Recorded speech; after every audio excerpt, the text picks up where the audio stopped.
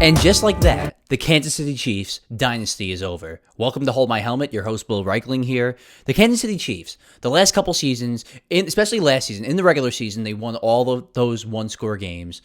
They go off in the playoffs, make it to the Super Bowl, get crushed in the Super Bowl, and here we are now.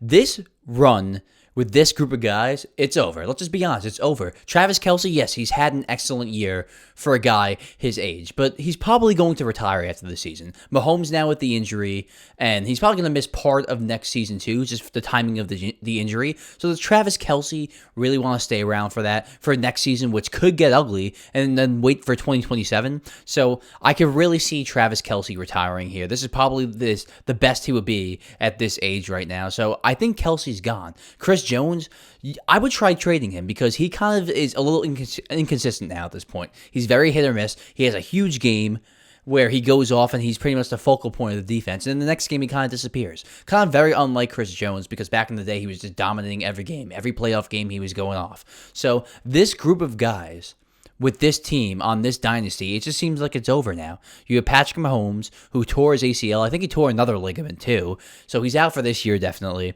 And he probably might miss a portion of next season too, just with the timing of the injury being at the end of this season. He could come back for the beginning of next season, but who knows at this point. So you lose Patrick Mahomes, the most important player probably in the NFL for now this season and parts of next season, most likely. So if I'm Andy Reid, I have to be sitting there thinking, like, is it over for me? Should I just retire at this point? Because you pretty much next season's a wash. I mean, unless you roll out Gardner Minshew. I mean, I know Andy Reid can win games with lesser quarterbacks. You saw him do it in Philadelphia for all of those years. But does he really want to stay around for that? Does he want to stay around for a minor rebuild? Because that's what this is. This is a minor rebuild. There are gaps and holes on this team, throughout the defense, throughout the offense, the offensive line, the weapons. They need players. This team needs players. And they're not going to win it all next year. Even if Mahomes comes back and they get off to a good start with Gardner Minshew and Mahomes comes back and they're not making a Super Bowl next year. So does Andy Reid want to stay around for this minor rebuild? I really don't think he would want to stay around for that. I know the guy loves football at heart. Like, he really does. He's obsessed with football, Andy Reid. But it's just, you put yourself in a tough spot now. He's already proven everything he needs to prove. They used to say he couldn't win the big game. Finally won the big game. Won 3 of them. And he might be done now. He might call it quits. So this group of guys, Kelce, Chris Jones, and even Andy Reid, this might be it for them. It's sad to say because it was a good run, but this might be the end of it for them. It really, I think it is. Brings me to Patrick Mahomes. The last 2 seasons in the regular season, so 2023 and 2024, there's been some regression in the regular season versus a couple of years before that when he was going off, throwing 50 touchdown passes, winning MVPs. But he was making up for that with his production in the playoffs. In 2023, he had an excellent playoff run, won a Super Bowl. 2024, another excellent playoff run, got crushed in the Super Bowl, didn't necessarily play well, but still had a great playoff run. Now carries over to this year, where again, he has another regular season where he's kind of regressed. So this is 3 regular seasons in a row where Patrick Mahomes has played subpar to what his numbers were before. So it gives me that question now, begs me to ask this question. Is Patrick Mahomes the best quarterback in the league anymore? Because now he's going to be coming off a devastating injury. He's north of 30, and the last 3 regular seasons have kind of been a little bit of a step back for him. So for Patrick Mahomes, I still think he's a great player. I still think he's going to come back and be a successful quarterback in this league. But will he win another Super Bowl? Will he win another MVP? Should we still be considering him as the best quarterback in the league? Having 3 full regular seasons of subpar production from him. Because if you look at his numbers this season, they weren't good. Look at that Texans game. That might have been the worst game he's ever played. He had like an 18 passer rating. It's been 3 years in a row of this where the numbers in the regular season don't add up to what they used to. And he had those 2 playoff runs in 2023 and 2024 where you're like, okay, I'm going to give him the benefit of the doubt because he went off in the playoffs. Now you have another bad regular season where he gets hurt and they're missing the playoffs now. So I think that you really have to ask that question. Is Patrick Mahomes the best quarterback in the league anymore? And I think at this point you have to give it to Josh Allen. Getting to that Patriots-Bills game. Josh Allen, the Patriots off to a 21-0 start right off the bat. And then Josh Allen, right at that point, I'm like, oh, it's all over. The Patriots have taken over the AFC East. And then Josh Allen does what he does. He puts the team on his back, and he wills them to victory. Wills them. Because if you look at those weapons, they have good weapons. James Cook's a top back in the league. He's a great back. Kincaid's really a really solid tight end. Knox is a solid tight end too.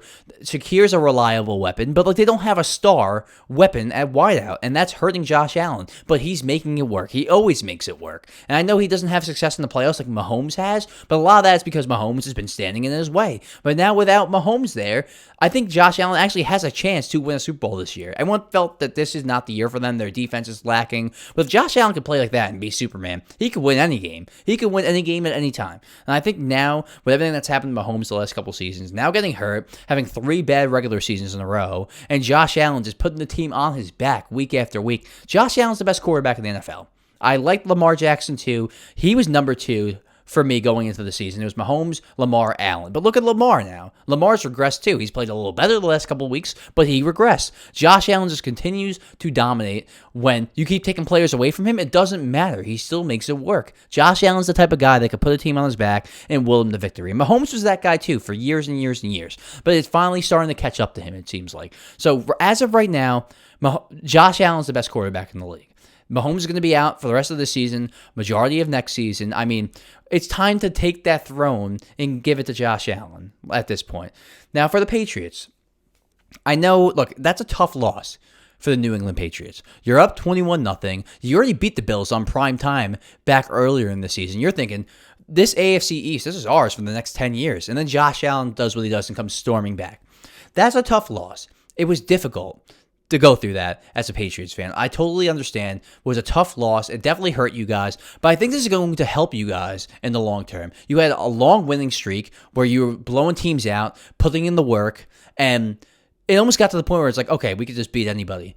So you didn't want to go into the playoffs a little lackluster, a little lackadaisical. So you got punched in the mouth a little bit, yes, by your division opponent, yes, which hurts because now you got to hear the bragging rights from the Bills, but that is going to prepare you for the playoffs because now you're not going in with a large winning streak where it's like we could beat any team. Now you know we have to be on our toes in the playoffs. We have to put in 100% effort. And not saying they weren't putting in 100% effort. They have Mike Vrabel, who's a top coach in the league, but this was a punch in the mouth kind of game. This was a smash mouth kind of game where it's like we just showed you up while you were beating us. What are you going to do about it moving forward? And I think this could help the Patriots long term because it's going to prepare them for the playoffs. This could happen in the playoffs. So now going through this situation, it's going to make them stronger and tougher for when the playoffs come. And maybe this just isn't the year the Patriots win the Super Bowl, and that's okay. Their roster isn't a top 5 roster in the league. They have players, you see it now, but maybe, just maybe, they need a couple more players.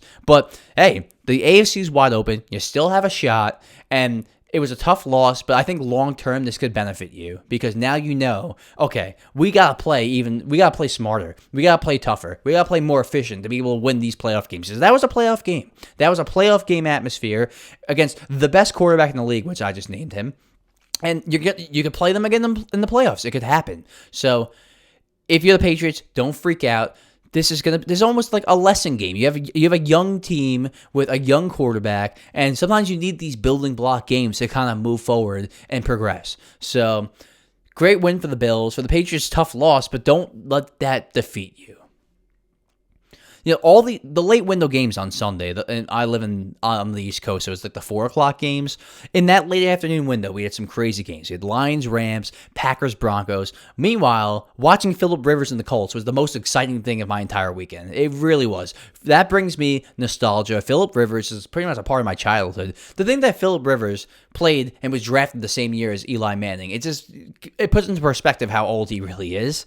And to kind of break down that game, I mean, for a 44-year-old, I didn't think he played terrible, but you could tell Phillip Rivers' arm is shot. It's completely shot. He can't throw the out route without kind of just ducking in the air.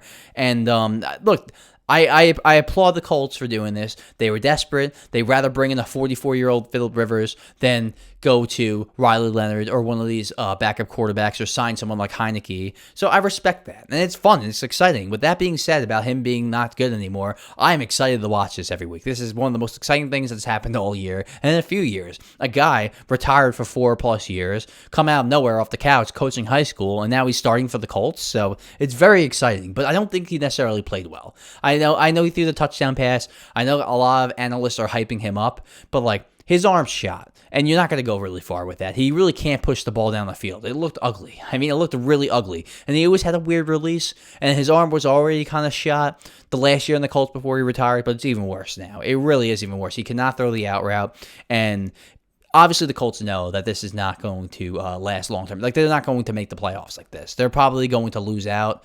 And I hate to say that because I love Phillip Rivers. I love what the Colts did this year. But to bring in the 44-year-old guy who hasn't played football, real meaningful NFL football in 4+ years, you could see it on him. He was heavier. The arm strength is gone pretty much. Like, yes, his arm was shot before he retired, but it wasn't gone. Like, it was pretty tough to watch, honestly. He got them into field goal range at the end, but a lot of it was running the ball. You could tell they were running the ball a lot in past situations. So, like, they're very limited now, but it's exciting to watch for sure. I mean, I'm all for this, and I'm rooting for him. I am, but it's just like I think we all knew it was going to go like this, but just seeing it happen live, it was kind of crazy, and they still almost won, which is like weird to even think about. But like, I wouldn't hold my stock on like Phillip Rivers coming and leading this team to the playoffs.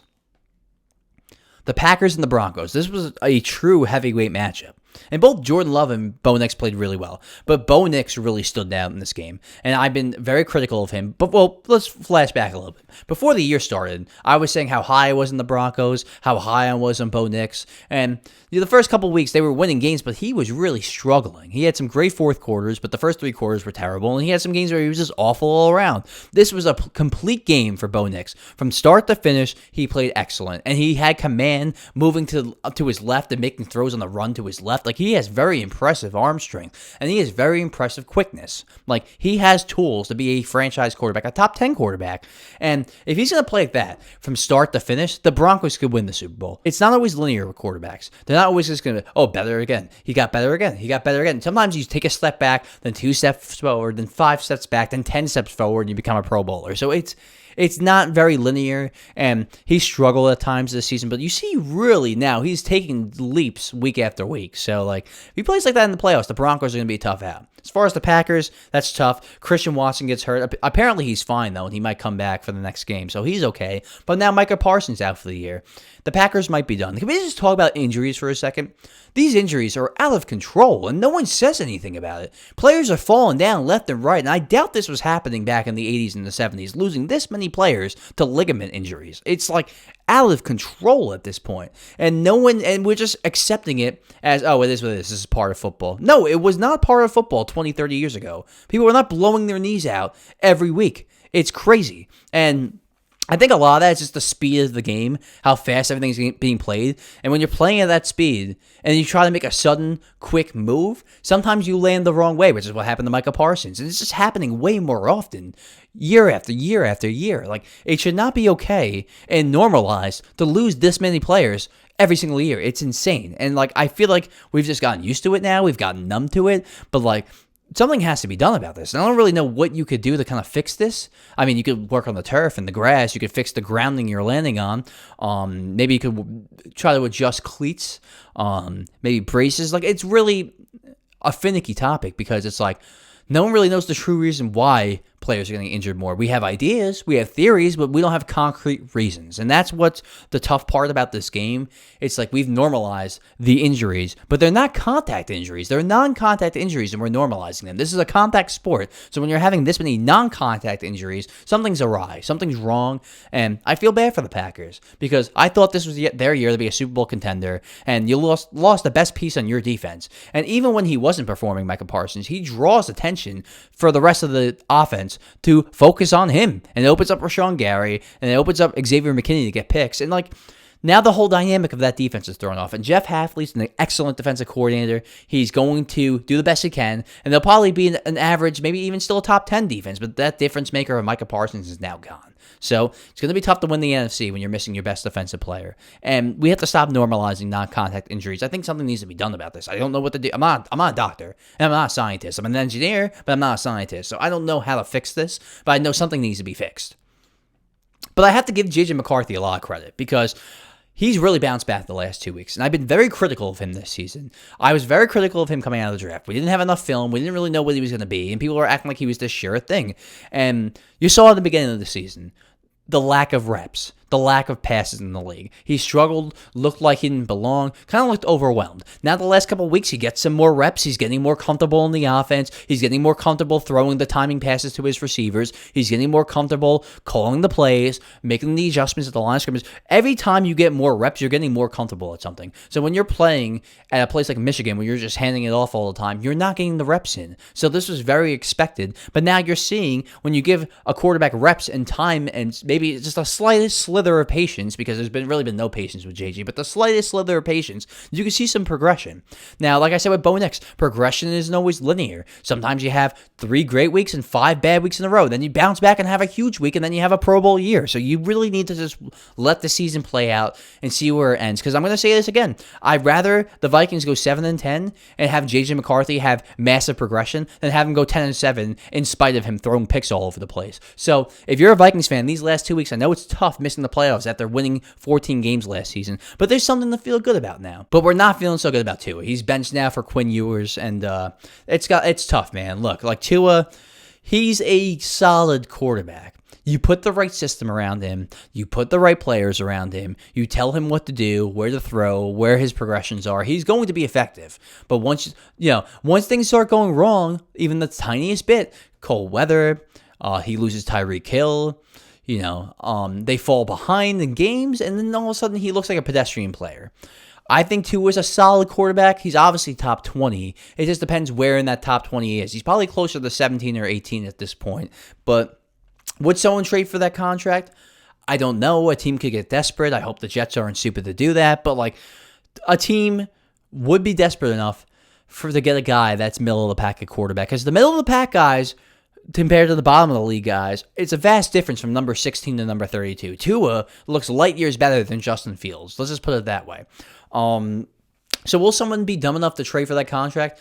I don't know if it's necessarily dumb enough or desperate enough, but it could happen. But it's going to be tough because, you see the limitations with Tua.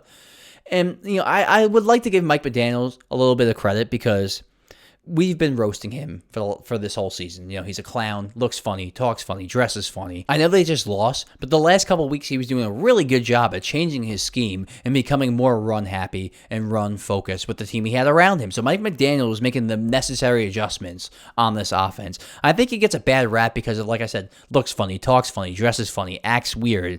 But I think he knows offense. He knows how to coach offense, and his limitation is Tua. I think you give him Bo Nix. You give the Dolphins Bo Nix. They're a playoff team, in my opinion, even with that limited roster. So it's kind of funny because I like both of them. I like Mike McDaniel. I like Tua. But Tua is, to some extent, holding Mike McDaniel back. But Tua was also the only reason that they weren't terrible, because Tua is a capable guy. People like to shit on Tua, too. But he's definitely more than capable to complete timed passes. So he gets benched. I don't know if that means it's the end for Tua, like this is the end for Tua in Miami, but it's looking like that. And I think if they don't trade him, they're probably going to cut him. And it's unfortunate because he was a high draft pick. You picked him over Herbert, and it hasn't worked out. You had some good years there, and he's had moments. He led the league in passer rating one year. I think another year led the league in passing yards. So Tua can play. Tua's not terrible, and I think people like to roast Tua and say he's terrible. He's not terrible. He's not a terrible quarterback, but he's not a top 10 quarterback either. I think we've established that. So Miami kind of going downhill a little bit, but both of these guys, Mike McDaniel and Tua, they both have their pros and they both have their cons, but they both in the right system can work. Mike McDaniel with the right players can work. Tua with the right coach and scheme can work. Just not together. Just not working out together. Mike McDaniel, does he get fired after the season? I would have said a definite yes before he went on that little winning streak, going from 1-6 to 6-7. But now they lost again. They might go on a losing streak now, and like he still might be out the door. But I think he's coached enough to where you say, let's see him with another quarterback. Let's see him with a quarterback other than Tua. Can he produce? And my answer right now would be, it depends. It depends. You have to give him the right quarterback that he could scheme this offense around. But I think him going run happy was the right move. It's just like, it just didn't work out. The Miami Dolphins are kind of a laughingstock too. Like, parts of this can get blamed on ownership. It's sad because I wanted to see this team succeed. They were very exciting when they had Tyreek Hill, and they were like the fastest team in the league, and they put up 70 points on Denver. And I'm a Jets fan. I was very excited to see this Miami Dolphins offense, but like they just aren't built for playoff football. And they play in the AFC East, which is all cold. Buffalo, New England, New York, really Jersey, but New York. And they're in Miami. So when they're playing these cold weather teams, it's just they don't stack up. So that was tough for Miami, but they might need to rebuild too. Thanks, guys. See you next week. Take care.